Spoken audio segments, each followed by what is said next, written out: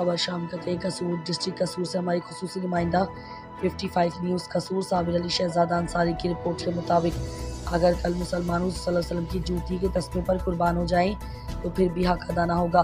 1953 की शोहदा नामूसे सल्लल्लाहु अलैहि वसल्लम का जिम्मेदार मैं हूँ।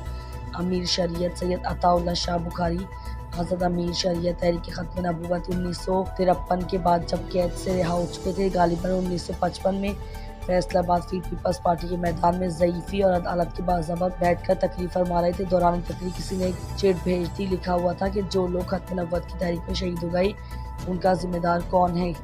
शाह जी ने पढ़ा तो जोश में आकर खड़े होकर गरज कर फरमाया, सुनो, उन शोहदा का मैं जिम्मेदार हूँ।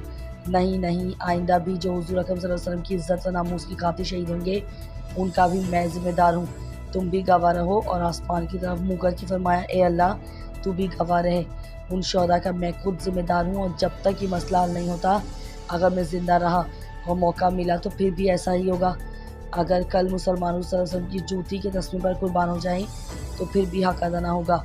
उन जुमलों से सामीन तड़प उठे, लोग धाड़े मार मार कर रोने लगे और ख़त्म नबूवत जिंदाबाद के फलक शगाफ नारों से फिज़ा गूंज उठी।